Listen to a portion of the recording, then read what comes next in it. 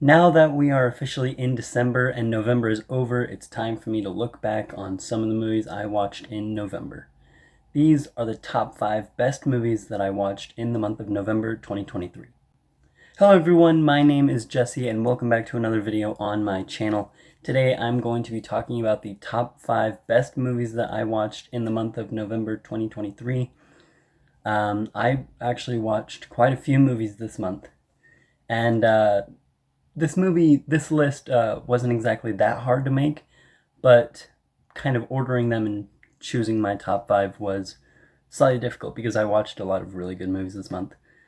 Anyway, enough rambling on. Let's get right into it.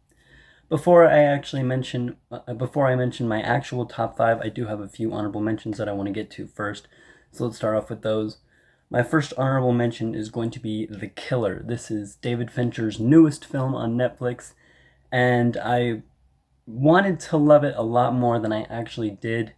And I need to rewatch this movie because I went into it expecting to really love it, and I gave it a pretty generous rating. I think I gave it a 4 out of 5, but I think I need to rewatch it because I don't know if that was how I actually felt about the movie or if it was just me being a little bit biased and wanting to really love it, because I love David Fincher. He's one of my favorite directors and I love all of his stuff.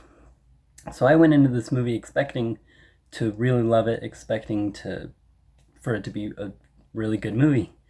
But it just sort of overwhelmed me. I think it got a little bit slow at times. The action, if you're expecting an action heavy movie, this is not what this is. This movie really isn't heavy on action at all. There's one kind of major action sequence about halfway through that's really good, but other than that, that's about it. Really, this movie is just following Michael Fassbender's character through the different places that he goes throughout the movie to get his job done. And the movie itself was just kind of overwhelming for me. I didn't love it as much as I wanted to. My next honorable mention is going to be Midamar. This is Ari Aster's second film. Came out a couple years back, and this was my first time watching this movie, and I really loved it. I didn't like it quite as much as his first movie, which I'll talk about later in this video, but I thought it was really good. It was really well made. It was definitely very creepy, which is exactly what I expected from the trailer and after seeing his first movie.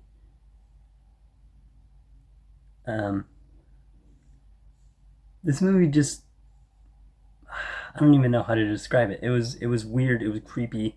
There were details placed throughout the movie that you knew were going to be important later on, and overall, it's just a movie that you watch, and when it's over, you're really, like, you're kind of speechless at the end of it. You don't really know what to say. You're kind of just like in your mind, you're like, what did I just watch? That was weird, but also really good. Yeah. Maybe further down the line I'll do a full-on review on this channel of Midsommar, but for now I'll just say I really dug it, and it's definitely a movie I'm gonna have to rewatch to really fully understand it and pick up on it. My last honorable mention is Wind River. This was a movie that also came out a few years back with Jeremy Renner and Elizabeth Olsen, and it's basically Elizabeth Olsen is an FBI agent and Jeremy Renner is this like wildlife agent, I don't know, something like that, and there's a murder on an old Indian reservation called Wind River, and Jeremy Renner and Elizabeth Olsen are hired to take over the case. And as soon as I read the description, I knew I was going to love it. I'm a sucker for detective stories and kind of murder mysteries. I love that kind of stuff, so I knew I was going to enjoy it. And I did. I really loved it. There were a lot of really good details placed throughout the movie. I liked how it showed the flashbacks, so as the story is progressing, you're getting the backstory of what actually happened, and the payoff of seeing the villain, the bad guy, just get what he deserved in the end was super satisfying. If you've seen the movie, you know what I'm talking about. That is all for my honorable mentions. Now let's get into my actual top 5 for this month. Coming in number 5 for me is A Beautiful Mind. This was a movie, came out in 2001. It was Russell Crowe who plays a character. I don't remember the name of the character right now, but he is a Harvard student, and he has schizophrenia. So the movie is kind of following his life as he struggles with his mental illness, and everyone in his life trying to help cure him of it, but at the same time he's trying to convince them that he's perfectly sane and not crazy at all. Russell Crowe gives what I think is one of his best performances in this movie. I think he was fantastic. And overall, it was just I really liked seeing the story play out, and there were a few, especially the main twist in this movie was really well done, and I really enjoyed it. I'm not going to go into that in this video because of spoiler reasons. I don't want to spoil it for anyone who hasn't seen it, but yeah, check this movie out. Number 4 for me is Remember the Titans. This was my first time seeing this movie. I had heard tons of things about it beforehand. I honestly don't know how it took me this long to see this movie because I had heard so many amazing things about it, and it had kind of been on my watch list for so long. But I finally got around to it, and it is now probably one of my new favorite sports movies. I loved Denzel Washington as the coach. He was fantastic, had a lot of great lines, and just seeing all of the members of the team coming together and becoming friends, and by the end they were basically they were a family in a way. They were brothers, and there's a really emotional scene where one of them gets hurt, ends up in the hospital, and that is the closest I've been to crying during a sports movie in a super long time. So it gets a little bit of a bonus for that. It was this movie was just fantastic. Number 3, I have Goodfellas. Again, all of these movies were movies that I had not seen before. All of them were first watches for me. And this is another one that I really don't know how it took me this long to get to it, because I had heard so many good things about it. It had been on my watch list forever. I had just never gotten around to sitting down and watching it. So I finally did, and I was not disappointed. This is a fantastic movie. Everyone, every character gives a fantastic performance. Robert De Niro, Joe Pesci, Ray Liotta, the list goes on and on. Everyone is awesome. I love all the narration throughout the movie of Ray Liotta telling his story of how he started out as this little kid, just starting out as a valet for the real mobsters, and eventually climbing the ranks to become one of the best. That was really good. Joe Pesci was fantastic. He was probably the standout for me. All of his lines were awesome. And of course, you can't, Robert De Niro. He didn't actually play as big of a role as I thought he would in this movie, but he was still really great. And just watching the story of Ray Liotta's character, and he had some really high highs and some really low lows, and watching all of that play out and the consequences of some of his actions was really well done.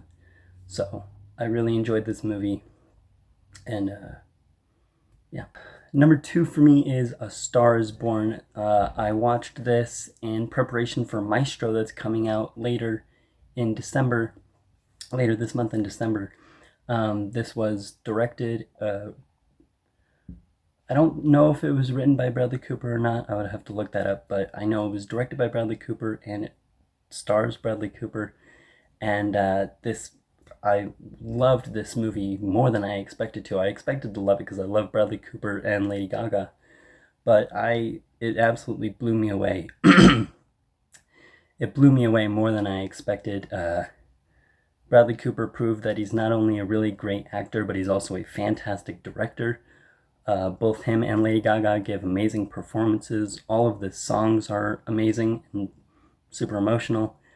And this is a powerful and emotional story that, like I said, I expected to love it, but I did not expect to love it as much as I did. So after seeing this movie, I cannot wait to see what Bradley Cooper does with Maestro. But coming in at number 1 for me is Hereditary.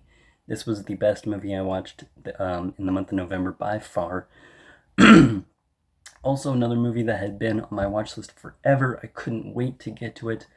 I finally did, and oh my god, this is probably genuinely one of the most terrifying movies I've ever seen, and it was so great because it completely it took all of your expectations and completely threw them out the window. Ari Aster, the director and writer of this movie, he knew, he said in an interview, he knew like how to allude to certain horror movie tropes and acknowledge them, but at the same time kind of ignore them and do the completely unexpected. And that shows here for sure. He knew exactly what you were expecting to happen, and he completely did the opposite. So when a jump scare did happen, or when something like some sort of event happened, your jaw drops because you're not expecting anything. I had probably my biggest jump scare, or one of my biggest jump scares that I've ever had during a horror movie. I don't really jump during horror movies because I can always see stuff coming, and that's what this movie did so well, is you never saw anything coming because it completely took all expectations away. But there's a moment, and I don't know really how to describe it because you have to see the movie to actually understand, but there's a moment where one of the characters he hears a noise and he's looking around his room and I think the music just kind of peaked or something, or maybe it was, I don't know, but the camera like focuses on a chair, and in my mind I was expecting something to be there and it wasn't there. So in my mind I was expecting a jump scare, but there was no jump scare, so I just ended up screaming for absolutely no reason, which my entire family made fun of me for. But it doesn't matter anyway. But this movie is really well written, and I haven't even talked about the actors yet. Toni Collette gives a fantastic performance, and really everyone does, but she is definitely by far the standout. You feel her emotion, you feel her like sadness, and the entire movie is just directed so realistically, which is what makes it so good and so terrifying, kind of, is all of the actors' reactions to the events that happen throughout the movie. So overall, this movie was really well directed, really well written, well acted, and it is the best movie I watched in the month of November, and it will be on my mind for an extremely long time. That is all I have for you today. Those are the top 5 movies I watched in the month of November 2023. Let me know down in the comments below if you've seen any of these movies, what's your favorite out of these that you've seen, and what was your favorite movie that you watched in the month of November. I have a lot of other videos planned coming hopefully very soon, so be on the lookout for those. And in the meantime, like this video, subscribe, and I'll see you in the next one. Goodbye.